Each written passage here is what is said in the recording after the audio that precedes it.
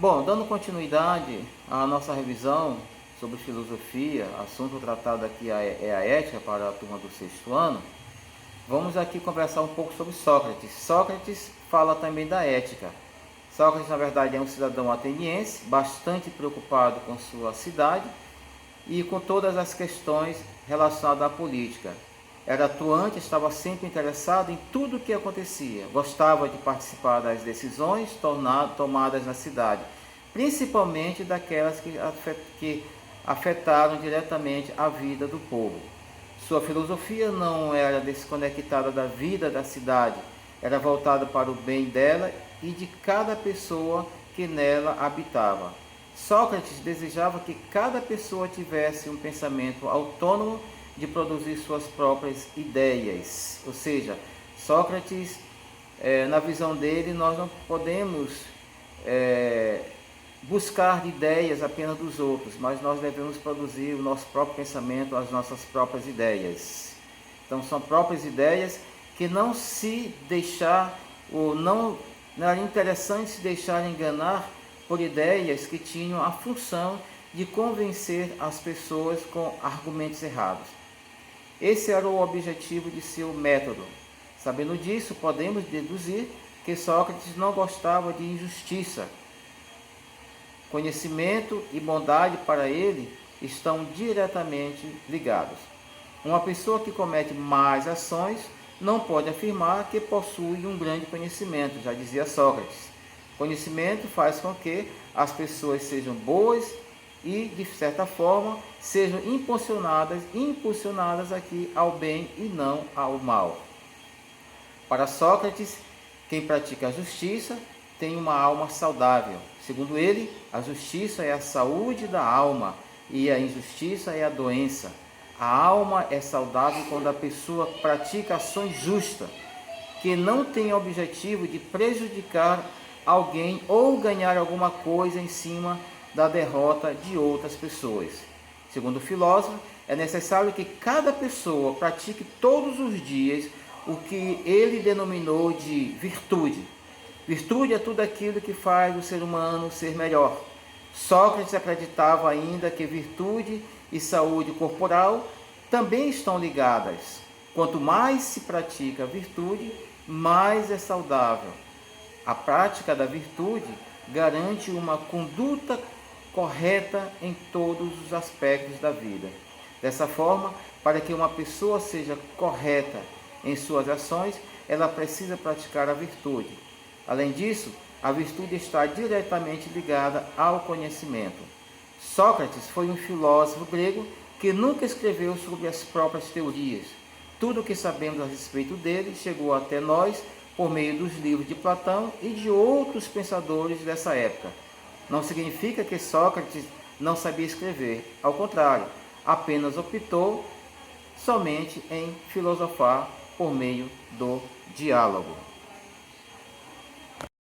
Para compreender melhor esse pensamento de Sócrates, nós temos aqui a visão de Platão sobre a questão da ética. Platão é um dos filósofos mais importantes e mais conhecidos nos períodos gregos, ou seja, Platão, assim como Sócrates, era muito conhecido ali na Grécia Antiga e também muito respeitado. Foi aluno de Sócrates e também o responsável por escrever o pensamento do mestre, que optou em não registrar as próprias ideias. Platão, em suas obras, falou sobre ética, política e sobre teoria do conhecimento. Suas ideias filosóficas são importantes e muito conhecidas até os dias de hoje. Para que possamos entender sua teoria sobre ética, é importante entender a divisão da sociedade conforme pensou em sua obra denominada A República. Platão afirmou que havia 3 classes sociais na polis. A polis aqui significa cidade-estado em grego. Cada uma delas com a função de relacionar as virtudes à alma. A obra que ele vai tratar dessa divisão da sociedade é chamada de A República. Então, como é que ele faz essa divisão? Primeiro, cabeça. Na cabeça está a alma racional. Peito, onde está a alma irascível. Irascível significa irrita-se com facilidade, são pessoas que se irritam com facilidade. E a terceira seria o ventre, onde estará a alma concupiscível. Concupiscível significa prazeres sensuais. Temos também aqui Aristóteles, que vai tratar sobre a ética. Aristóteles criou um modo totalmente novo de compreender e explicar as relações entre as pessoas. Para ele, o propósito da vida das pessoas é encontrado a felicidade. É muito simples. Todos devem fundamentar suas ações naquilo que o filósofo chamou de virtude. Com essa teoria, podemos compreender que felicidade e virtude estão muito próximas. Em sua obra chamada Política, Aristóteles afirmou que a característica específica do homem em comparação com outros animais é que somente ele tem o sentimento do bem e do mal, do justo e do injusto, além de outras qualidades. As palavras virtudes do livro do latim, virtude vem do latim, que significa virtus, e nos leva a entender que tem como significado força ou qualidade necessária para que a vida de uma pessoa seja digna. Como assim? Podemos dizer que uma pessoa digna é aquela que pratica constantemente o bem e sua liberdade com responsabilidade. São consideradas virtudes polidez, felicidade, prudência, justiça, coragem, generosidade.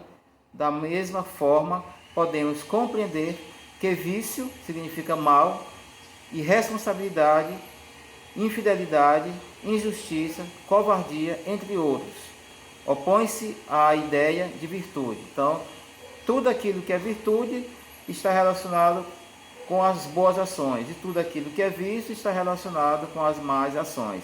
Para Aristóteles, o propósito da ética é encontrar na felicidade, encontrar de certa forma a felicidade, considerada por ele o bem supremo, o maior bem entre todos os bens.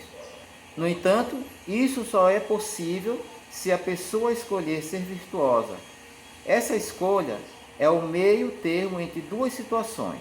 Primeiro, em relação à indiferença e à frieza com que se trata as outras pessoas. E segundo, em ser muito atencioso para com elas. Outra ideia defendida por Aristóteles é de que ser humano é feliz quando motivada pela intelectualidade. Então, o ser humano é feliz quando ele é motivado pela intelectualidade, ou seja, utiliza a razão e inteligência, outra característica que nos diferencia dos animais.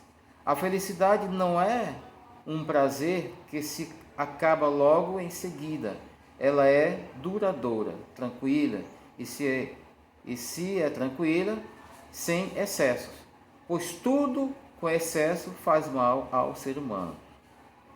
É recomendável, portanto, que as pessoas busquem sempre aquilo que Aristóteles chamou de meio termo ou justa medida. Por exemplo, uma pessoa não deve ser muito arrogante, nem muito amável, mas deve ser cada coisa à medida certa. Uma pessoa muito amável pode ser considerada bajuladora, e ninguém gosta de alguém bajulador, e sim de pessoas sinceras e verdadeiras em seus referidos sentimentos. De modo geral, para Aristóteles, a felicidade é alcançada por meio dos seguintes elementos: uma vida sossegada, uma vida intelectual e a justa medida nas ações do cotidiano. Para o filósofo, a virtude é um hábito que pode ser ensinado, e esse ensinamento é um dos objetivos centrais da filosofia. O que é para Aristóteles, então, aqui, o que ele pretendia ensinar, ou o que ele pretendia falar sobre ética? Qual era seu interesse sobre a ética? As pessoas não devem querer fazer o bem apenas para serem conhecidos como pessoas boas, segundo ele afirma, pela fama ou pela verdade ou vaidade.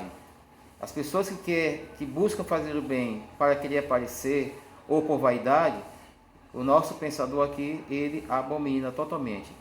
E assim fazer o bem para se tornarem pessoas virtuosas. Esse é o mais importante. Aristóteles pensava que quanto mais o homem fazia bem, mais virtuoso ele era. E, portanto, mais felicidade ele tinha, pois a virtude está diretamente ligada à felicidade. O filósofo pensava também que o maior bem de cada pessoa é desempenhar todas as suas funções da melhor forma possível. No entanto, mais do que isso, é necessário manter essas boas ações, pois não adianta fazer uma boa ação hoje e não fazer novamente amanhã. É preciso ser constante nas boas ações.